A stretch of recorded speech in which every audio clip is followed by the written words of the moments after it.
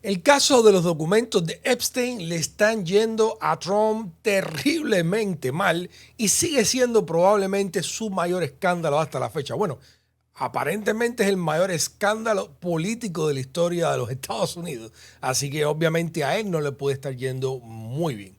Ha tratado por todos los medios de que la gente se olvide de eso, de que su base atienda a otra cosa, pero nada de eso está ocurriendo y sobre todo después de una audiencia terrible que tuvo la fiscal general Pam Bondi en el Congreso recientemente, pues claramente las acusaciones, los dedos, los señalamientos y las preguntas de por qué toda esta gente cercana a Trump estaba también tan extremadamente cerca a Jeffrey Epstein, pues no paran.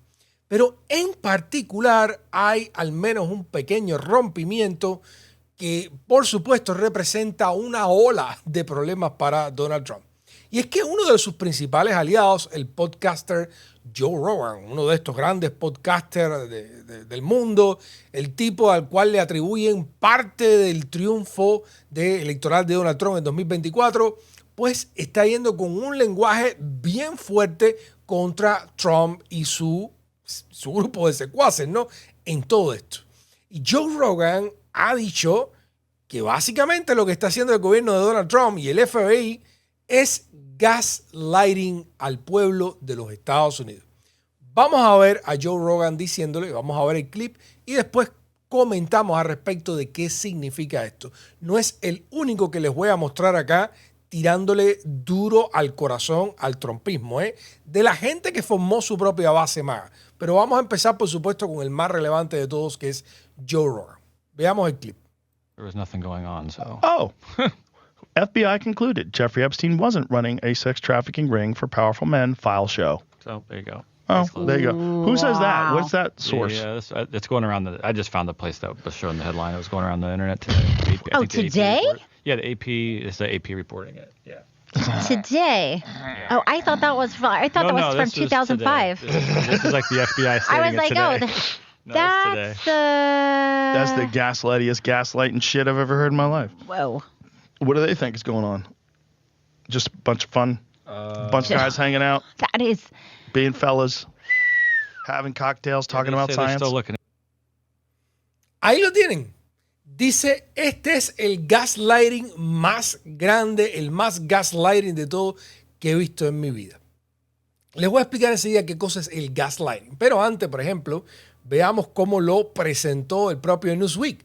Dice, Joe Rogan, casi que destruye al FBI, diciendo que esto de la investigación de Jeffrey Epstein ha sido el más gaslighting de toda su existencia, o al menos de todo lo que ha visto.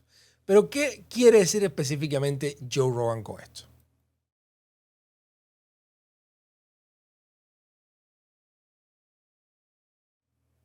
Gaslighting es un término que se utiliza para presentar cuando alguien o un gobierno o una organización quiere hacerte ver que lo que tú viste no fue lo que tú viste. Y está tratando de poner en cuestionamiento tu propia percepción. O sea, vamos a tomar el caso, por ejemplo, de la ejecución extrajudicial de Alex Pretty, que nosotros vimos claramente en video que los agentes federales lo matan sobre un contén sin que el hombre hubiera representado ningún peligro. Y después salió Kristi Noem y salió también Stephen Miller a decir que el tipo era un asesino, que había una amenaza para los agentes federales. Pero eso no fue lo que nosotros vimos. Nosotros vimos claramente que no había ninguna amenaza, ¿no? Bueno, Stephen Miller y Kristi Noem después trataron de limpiarse diciendo, bueno, esos fueron los reportes que me llegaron, no sé qué. O sea, eventualmente el rechazo público fue tan grande que el gaslighting fue inefectivo. O sea, la gente dijo, no me vas a hacer dudar de mis propias percepciones. Con más claridad pasó con el asesinato de Rene Good, que empezaron a utilizar todos estos ángulos de video para que la gente pensara que efectivamente había habido algún tipo de riesgo para la gente que la ultimó dentro de su propio carro. Y si bien en el caso de Alex Perry tuvieron que echar para atrás y el gaslighting no se pudo consolidar, en el caso de Rene Good, incluso Donald Trump trató de decir que lo que habíamos visto no es lo que habíamos visto. Tal vez se equivocaron, tal vez ellos se comieron el pastel, pero básicamente usted copia la idea. O sea, hay un esfuerzo consciente para distorsionar algo que pasó, que usted lo vio con sus propios ojos y como dijera en algún momento incluso el trumpismo, Donald Trump no crea lo que ve en sus ojos, ¿no? O sea, básicamente esa es la fuente del gaslighting. Pero lo que pasa con Joe Rogan es que en gran medida representa y representó durante la campaña electoral del 2024 este grupo de votantes desafectos al poder. Ellos estaban convencidos de que había un estado profundo conspiranoico del cual la conspiración de Jeffrey Epstein era probablemente uno de los elementos más claros y más evidentes de toda esta confabulación de gente poderosa y depredadores y pedos y todo lo demás.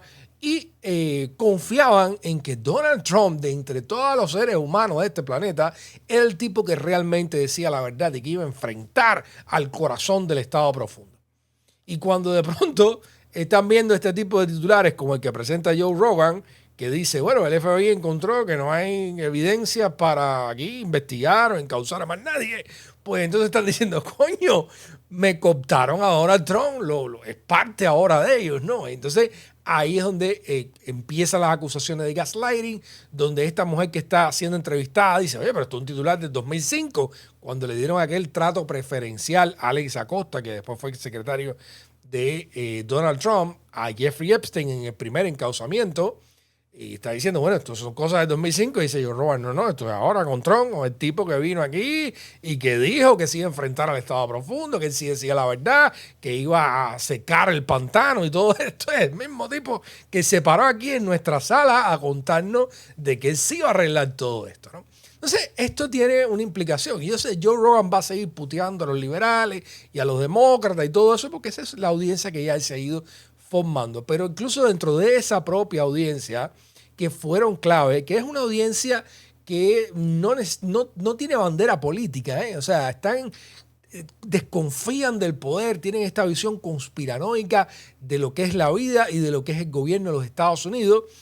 Y cuando empiezan a pensar que efectivamente los tipos que ellos apoyaron políticamente son la gente que ahora está respaldando, alimentando, fortaleciendo, conduciendo ese estado profundo, pues esa gente simplemente no es que se van a hacer demócratas, pero desconectan, dejan de atender, ya no van y votan por los MAGA, en fin, es un grupo importante de votantes en un Estados Unidos donde las elecciones se están definiendo o se han venido definiendo al margen, ¿no? O sea, esto es un golpe duro para Donald Trump, pero no es el único. Joe Rogan no ha sido el único que ha tirado, ¿no?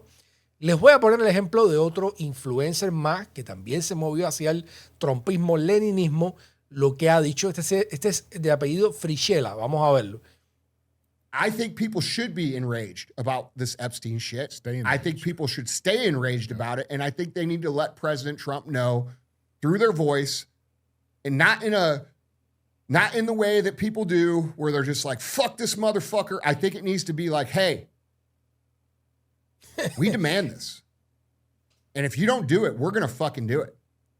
And that needs to be the fucking message. Because I'm going to tell you right now, and I mean this shit, if they are not held accountable, I will be the first motherfucker out there because, dude, I'm not going to sit in front of and be judged by God. God can say a lot of things about me. He could say all kinds of shit, but one thing he's not going to fucking say is that you look the other way when fucking little kids and women and shit were raped and murdered and fucking and then you didn't do shit. I'm not doing that. I don't care what it costs me. Frischella también se movió al trumpismo-leninismo, ¿no? Ahora él, igual que Joe Rogan venía de los deportes estos de pelea, también él viene del ámbito de la motivación, del superamiento personal, de los ejercicios y todo este tipo de cosas. Y muchas de esas personas consideradas influencers culturales porque no eran necesariamente políticos, atrajeron un grupo de votantes que generalmente no se involucran en la política, pero seguía este tipo de contenido. Y cuando este tipo de gente empezó a venderle a Donald Trump, pues esa gente dijo, bueno, pues tal vez este tipo de verdad, y fueron y votaron, y así es como lograron que en las elecciones del 2024 tener un margen precisamente con votantes que generalmente no se involucraban en la política, ¿no? Utilizando a este tipo de zanacos que ahora están ahí diciendo, oye, pero esto no puede ser, hay que exigir responsabilidad, hay que no sé qué, bueno, ahí están. Pero lo cierto es que, repito una vez más, o sea, cuando Trump ve erosionarse este tipo de base, que no es la base de la secta MAGA necesariamente, son un grupo de gente que normalmente no se involucran, pero que están en todo este escepticismo, en toda esta visión conspiranoica, o simplemente van con la manada en este tipo de comunidades que no necesariamente son políticas. Si eso se le empieza a caer, pues lógicamente es un golpe muy, muy grave para Donald Trump y para el maguismo, ¿no? Les voy a mostrar otro influencer más. Si es podcaster, hablo un poco más, que es Tim Pool. Y este individuo, Tim Pool, también está cuestionando de que Donald Trump haya dicho que todo esto de los archivos de Jeffrey Epstein era un engaño, ¿no? Y él dice, oye, pero si lo que estamos viendo no parece ser tan engaño, ¿no? Pero aún así este tipo nos dijo en nuestra cara que esto era un hoax, un engaño.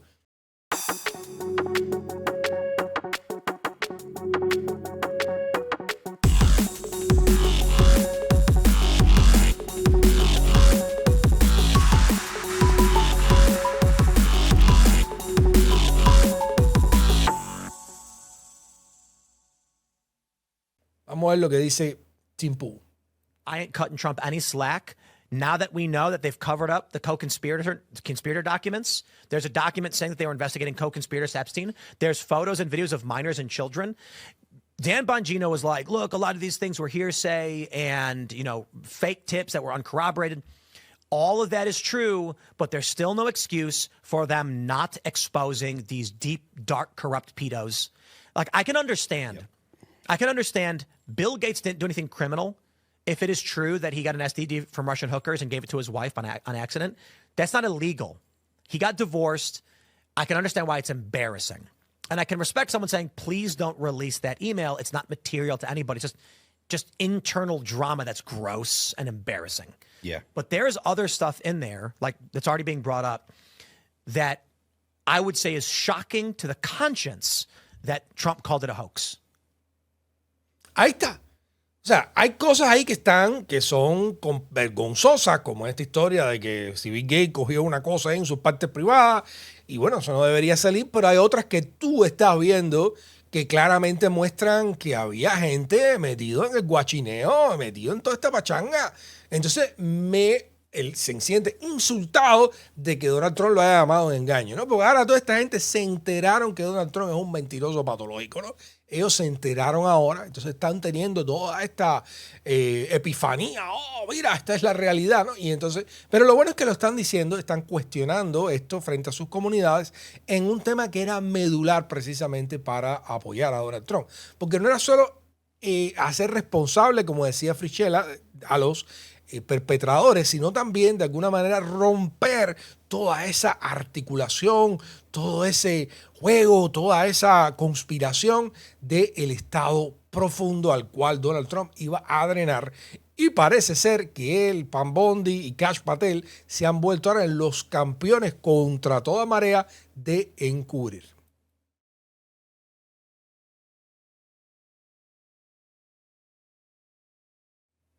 El hechizo se empieza a romper, ¿no? Al menos dentro de estas, repito, comunidades culturales, de intereses, etcétera, que no necesariamente llegaron a Donald Trump y que no tampoco hay que decir que forman parte de la secta MAGA. Hay un montón de gente que son parte de la secta MAGA.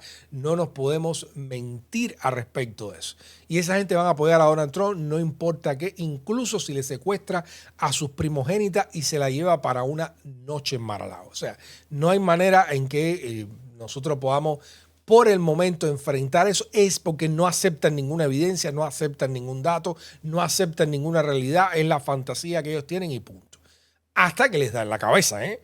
Cuando le deportan a un familiar, cuando se les jode el negocio por todo este desastre de los aranceles, ahí empiezan a hacer preguntas y a decir, y no puede ser, ya. Bueno, usted se creyó esto, ¿no? Pero bueno, por el momento no hay mucho que hacer con la secta. Afortunadamente, la secta parece tener un techo de un 30, un 35% del electorado de los Estados Unidos. Y una parte importante, repito, determinante del voto MAGA, pues ahí tú lo ves haciéndose preguntas incómodas y al menos, pues, cuestionando, ¿no? Cuestionando lo más elemental y la decencia más elemental que ellos esperaban de parte de este propio gobierno. Y eso es un golpe significativo para Donald Trump.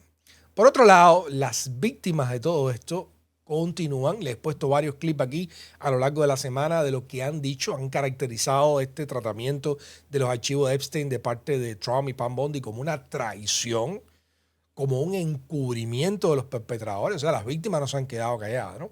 Pero voy a concluir este segmento con la presentación de otra de las víctimas en televisión, que también dijo que ellos esperaban, esto lo graban antes de la audiencia de Pam Bondi el día miércoles, ¿no? Estaban esperando de que ella las viera. Nosotros pusimos un clip aquí donde se veía que Pam Bondi, cuando le piden que se vire hacia donde están las víctimas en la audiencia y les pida perdón por todo el desastre que se ha causado a Pam Bondi, no tiene ni siquiera la iniciativa de mirar y saludar. No vira la cabeza, se queda ahí en lo que las víctimas están levantando sus manitos de que nadie las ha cuestionado o hablado con ellas al respecto de todo esto. Pero vamos a ver este segmento específicamente para que vean también el estado de ánimo que se fue construyendo y que tiene un clímax, por supuesto, en esta audiencia con Pam Bondi. Attorney General, we know that some survivors have said they will be there. They will be there for that hearing. Yes. Do you plan to attend? Yes. Tell me why. We plan to be there because we're hoping she sees us sitting there.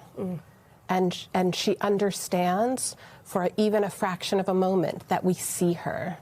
We see what's happened with this Department of Justice rollout of the files. It is, by any stretch of the imagination, a disaster, harmful, and does not set a safe precedent even for the future if anything like this ever happens again. Just to clarify why you say it's harmful, because of missing redactions, because of, in some cases, over-redactions. Because of over-redactions, because people are being protected while victims are being harmed, right? And doesn't this send a horrific message globally that there's a shifting culture here to not listen to survivors, to not protect survivors? I feel like it's a way that this administration is overtly protecting a predator like Ghislaine Maxwell and not protecting survivors. Brutal. O sea, está diciendo que el mundo entero, en definitiva, está mirando cómo los Estados Unidos, culturalmente guiados por Donald Trump y todo esto, han establecido en este momento un precedente tan peligroso que lo que hace es proteger a los perpetradores y exponer con toda esta información que se les ha escapado a las víctimas, ¿no? Entonces yo creo que obviamente esto es grave y brutal. Hay un contraargumento que se está haciendo de que para la secta MAGA, pues esto que hizo Pam Bondi el miércoles de ser combativa, atacar a los demócratas, no de responder preguntas, de llevar investigación de oposición para cada uno de los congresistas que estaba ahí, en lugar de responder a las preguntas que esos congresistas, por ser representantes del pueblo, tienen derecho a hacerle en una audiencia pública como esa, el que ella se ha negado, porque sabotea, ¿no?, las preguntas, simplemente atacándolos y sacándole cosas. Hay quien dice que para la secta MAGA eso realmente fue un muy buen desempeño, fue algo maravilloso, porque así es como tienen que ser los MAGA, todo el tiempo descalificando y atacando a los liberales y no tienen que dar preguntas ni ser responsables por nada, ¿no?